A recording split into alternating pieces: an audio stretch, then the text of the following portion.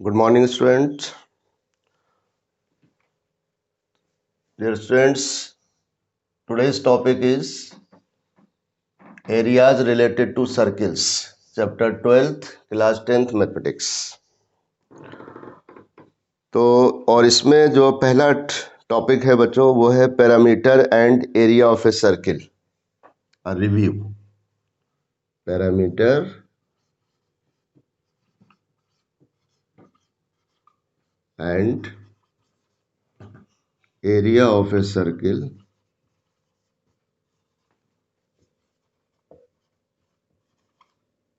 Review. तो review से मतलब है कि ऑलरेडी आप इससे पहले प्रीवियस क्लासेस में area of circles and parameters के बारे में आप पढ़ चुके हैं और उनकी प्रॉब्लम भी आप सॉल्व करते आ रहे हैं। ठीक है, तो क्योंकि ये टॉपिक है एरियाज रिलेटेड टू सर्किल, तो इसलिए इन्होंने एक बार फिर वो आपको एनसीईआरटी बुक में इस पूरे टॉपिक को रिवीजन के तौर पर स्टार्ट किया है पहला, और उसमें कुछ फार्मूलाज जो है पैरामीटर और एरियाज के उसको डिस्कस किया है और उस पर बेस कुछ प्रॉब्लम्स ली हैं। ठीक है,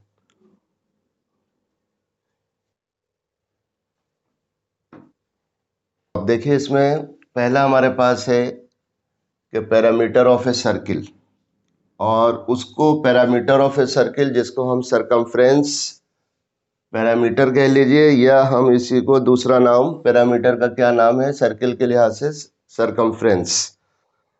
तो सरकमफ्रेंस और डायमीटर का जो रेशियो है बेसिकली वो क्या है, वो पाई के इक्वल है। तो यहाँ से स्टार्ट किया है टॉपिक को यहाँ से कि pi equal to circumference upon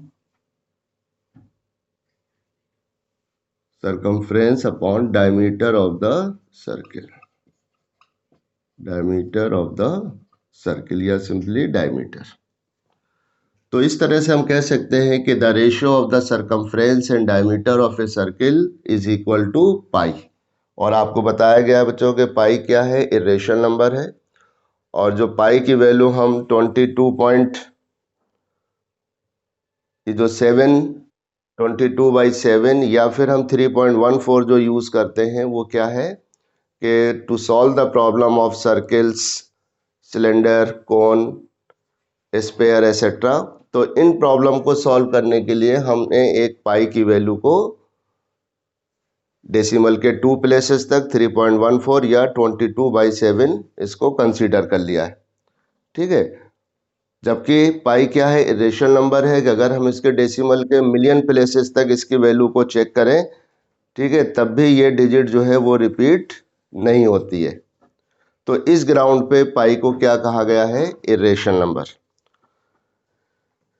तो देखें फिर यहाँ पर क्या है बच्चों, तो सरकमफ्रेंस और डायमीटर का जो रेशियो है वो क्या है, पाई। अब देखें यहीं से हमारे पास एक फॉर्मूला हमारे पास आया, तो डायमीटर ऑफ ए सर्किल या यूं कहिए कि सरकमफ्रेंस ऑफ ए सर्किल क्या हो जाएगा बच्चों, circumference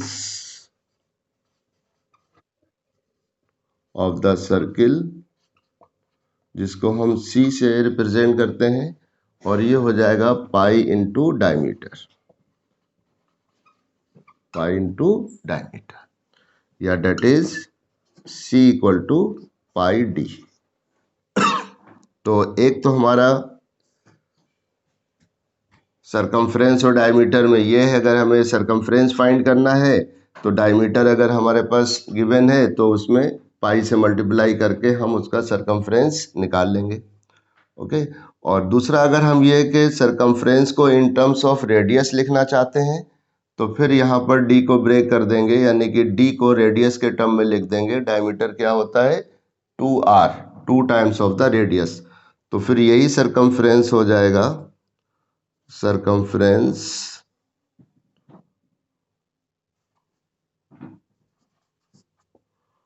equal to pi into 2 pi, यानी 2r, क्या हो जाएगा, 2r।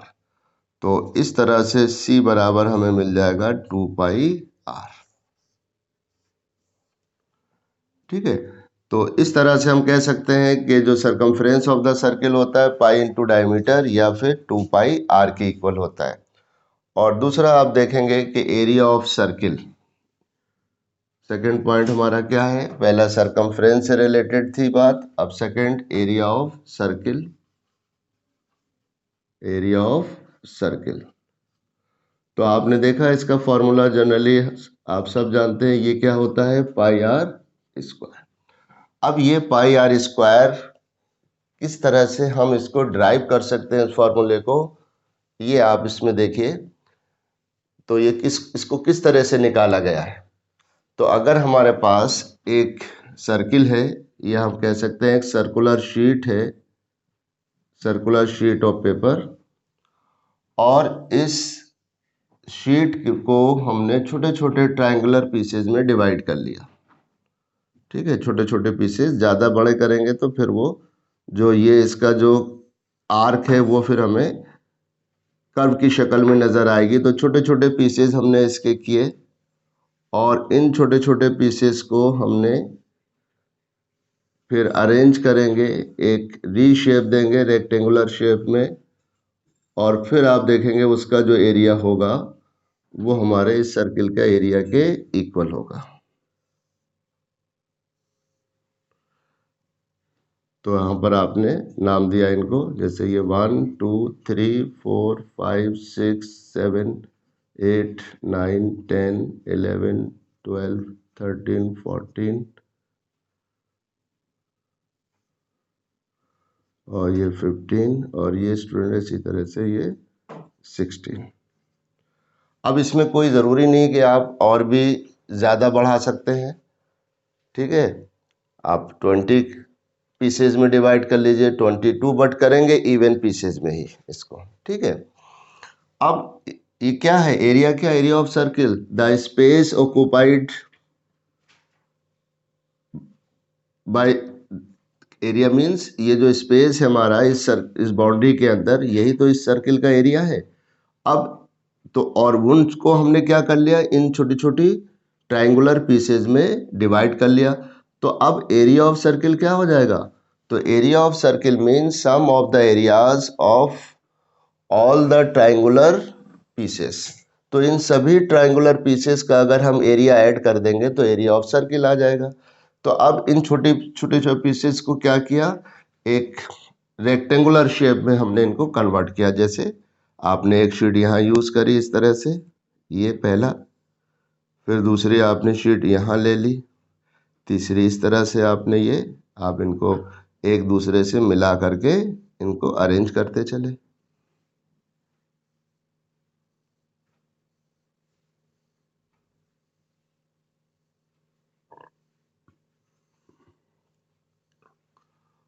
तो ये हमारे पास क्या है, अब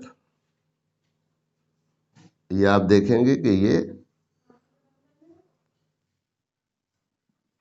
जो ट्रायंगुलर शीट्स थी इनको आपने इस तरह से इसका फेस चेंज करते हुए इसको अरेंज कर लिया। और ये कितनी शीट हो गई, 2 3 4 5 6 7 8 9 10 11 12 14 15 और ये 16। ठीक है बच्चों, तो आप देख रहे हैं क्या, हमें एक रेक्टेंगुलर शेप मिल गया, और इस रेक्टेंगल की जो विड्थ है वो क्या है, वो रेडियस है।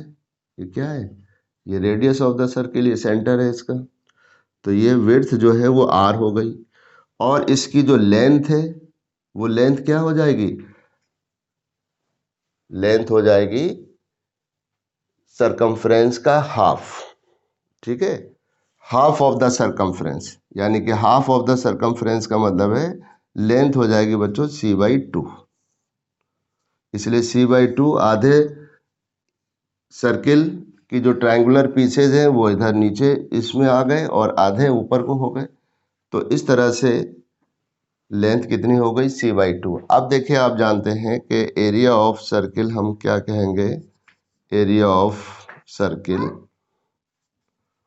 तो ये स्टूडेंट कहेंगे आप area of rectangle formed by small triangular pieces। ठीक है, तो इन छोटे छोटे ट्रायंगुलर पीसेस से जो रेक्टेंगल बना, उस रेक्टेंगल का एरिया ऑफ सर्किल के इक्वल होगा।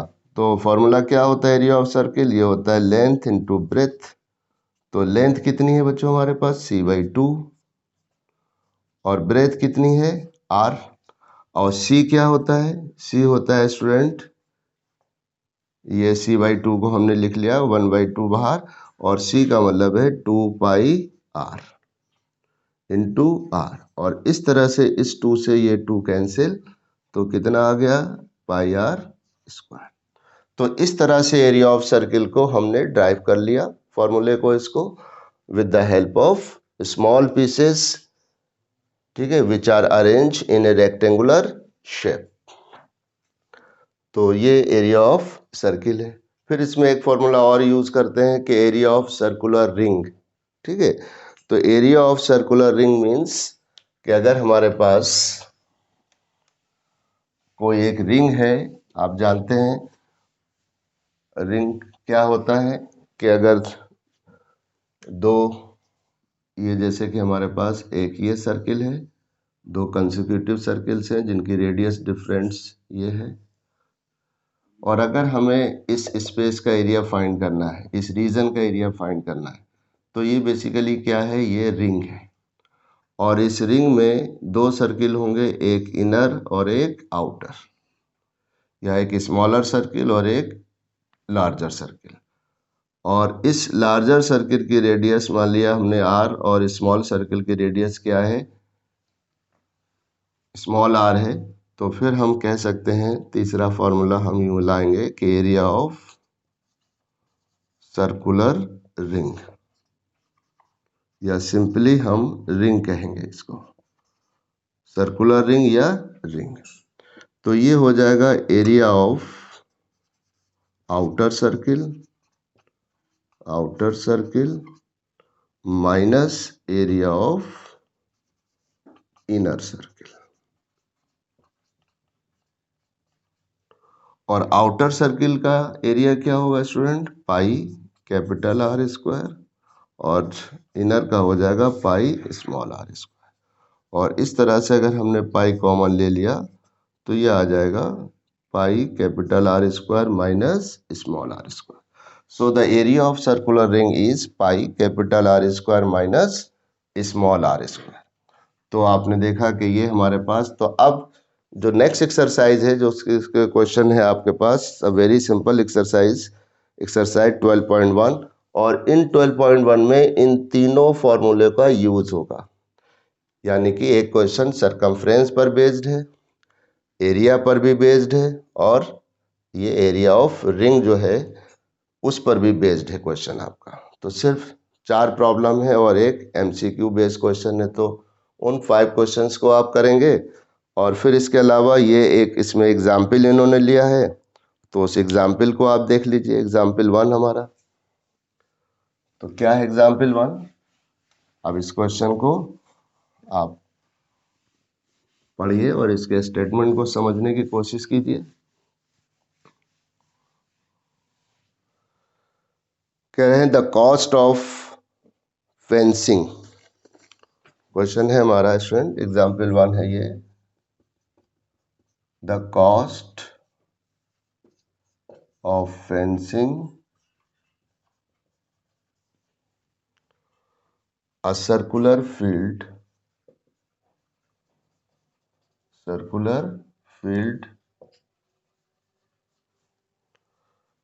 at the rate of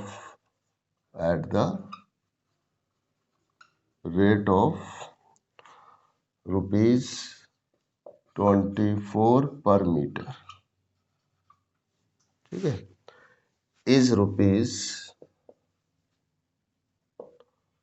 5280।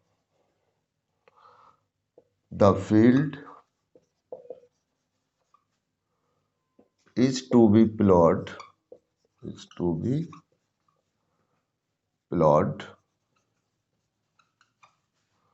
at the rate of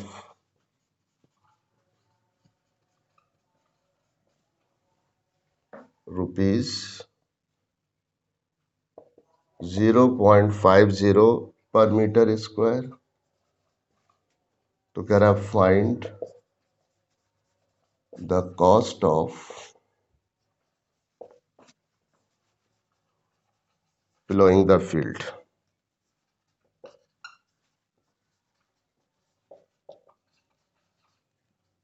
और यहाँ यूज करना है, कह रहे हैं टेक पाई इक्वल टू 22/7। और अगर नहीं भी लिखा है तब भी आप 22/7 ही यूज करेंगे, अदरवाइज 3.14 के लिए वो यूज होता है। अब देखिए यहाँ पर कहीं पर भी सर्किल की रेडियस के बारे में बात नहीं हुई है। टोटली कह रहे हैं कि the cost of fencing a circular field at the rate of ₹24 पर metre is ₹5280. The field is to be plowed at the rate of ₹0.50 per meter. Find the cost of plowing the field. तो यहाँ the cost of fencing given है, यानी कि उसके चारों तरफ क्या है, फेंसिंग की गई है, एक तरह से वायर लगाया गया है और उसकी कॉस्ट दी हुई है। तो मानते बच्चों क्या करेंगे, हम एरिया ऑफ द फील्ड तक पहुंचने के लिए हमें इस सर्कुलर फील्ड की रेडियस की ज़रूरत पड़ेगी। क्या चाहिए हमें, रेडियस। और हम रेडियस कैसे फाइंड करेंगे कि जो हमारे पास कॉस्ट ऑफ फेंसिंग गिवन है और टोटल कॉस्ट गिवन है, इन दोनों की मदद से हम circumference of the field find करेंगे। ठीक है, और फिर इसके बाद हमें रेडियस जब मिल जाएगी तो फिर रेडियस जब मालूम हो जाएगी तो फिर हम उसका एरिया निकालेंगे और फिर उस एरिया को इस रेट से मल्टीप्लाई करके cost of ploughing the field find कर लेंगे। राइट, तो बहरहाल तो ये क्वेश्चन है इसमें।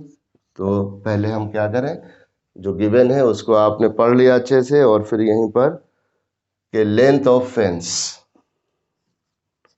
या लेंथ ऑफ फेंस का मतलब है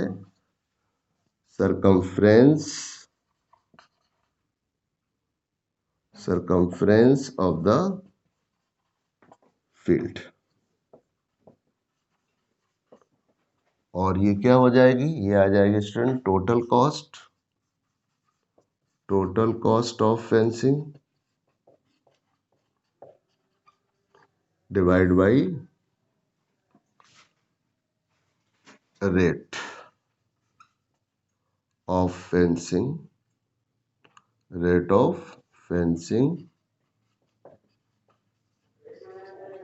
पर मीटर।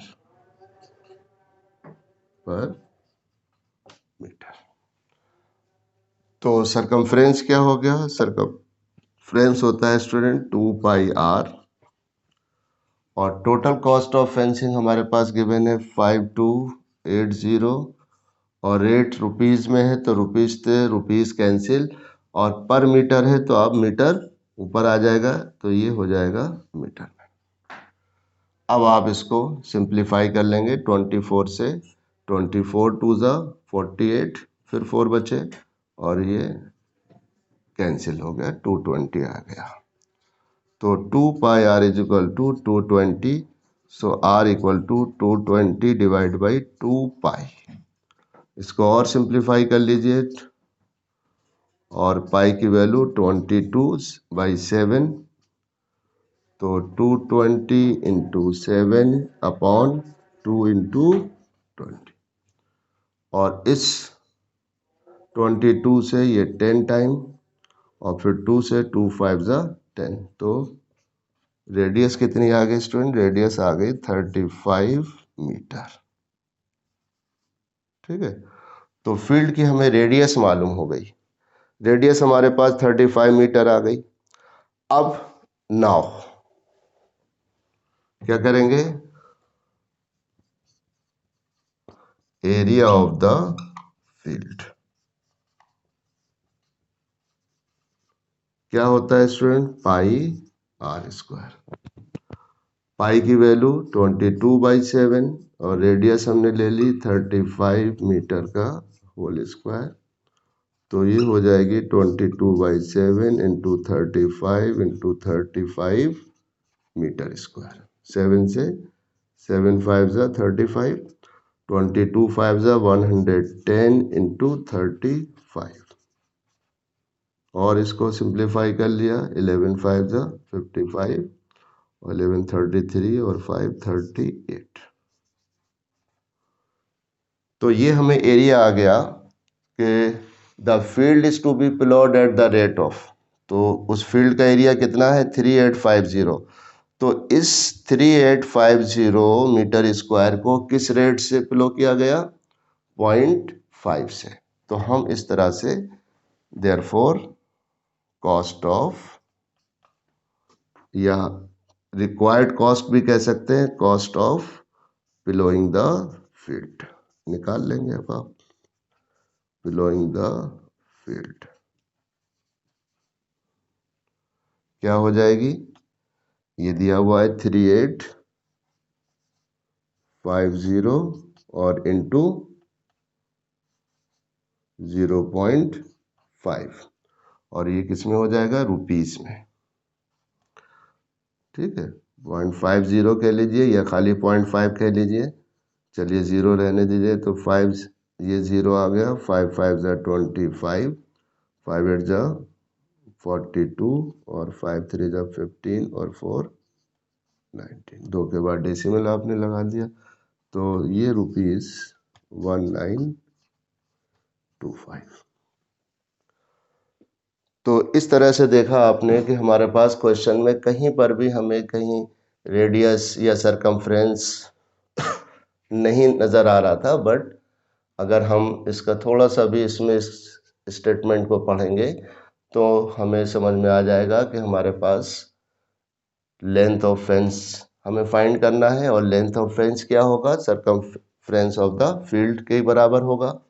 और फिर उसको निकालने के लिए इस फॉर्मूले का यूज़ करेंगे कि total cost of fencing divide by rate of fencing पर मीटर, और इस तरह से आपने रेडियस फाइंड कर ली। और जब रेडियस आ गई तो फिर हमने एरिया ऑफ द फील्ड निकाल लिया, और फिर उस एरिया ऑफ द फील्ड को 0.5 से आपने मल्टीप्लाई करके उसकी cost of ploughing the field वो आपने फाइंड कर ली। और फिर इसके बाद अब बच्चों जो है ये क्वेश्चन है एक्सरसाइज 12.1, और उसको फिर आप नेक्स्ट वीडियो में देखेंगे। अभी हम जस्ट आप, ठीक है, तो नेक्स्ट वीडियो में नेक्स्ट क्लास में डिस्कस करेंगे उसको। Okay, thank you.